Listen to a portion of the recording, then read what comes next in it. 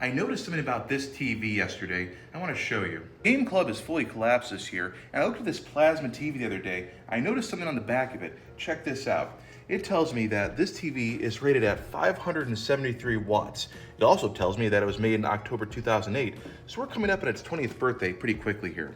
Now, a watt rating isn't something I usually see on TVs anymore, if at all, and that's because this here is a hilarious amount of draw for a TV. And you can tell too, because these fans here built into it had to keep it cool. There's a lot going on in this TV. It also weighs 70 pounds. They just don't make them like they used to. To compare, this is a 75-inch 4K touchscreen display with a built-in computer basically.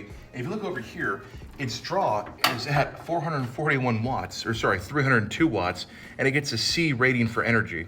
There is so much more going on with this TV.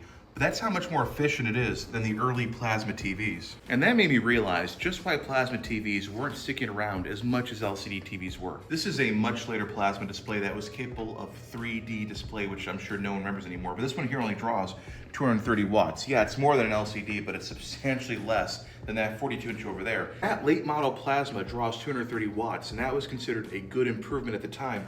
This here is a 2008 LCD TV, and it also draws, you can see down here, 230 watts. The Panasonic Plasma from the same year as this Samsung LCD draws twice as much, if not a little bit more, than this LCD here, and I'm starting to see why people were complaining about the heat output from plasmas, the power bill from plasma, and how their lights would flicker when they turned the TV on. Oddly enough, these CRT TVs, which are thought to be huge energy hogs, really weren't. This would have been almost a top-of-the-line TV back in the day, and let's see what it draws. So we have 125 on the draw on this old TV that's from 1996. Not nearly as bad as people think they were. And actually less than a large LCD TV. If I made a mistake in talking about the power draw of these monitors, please let me know.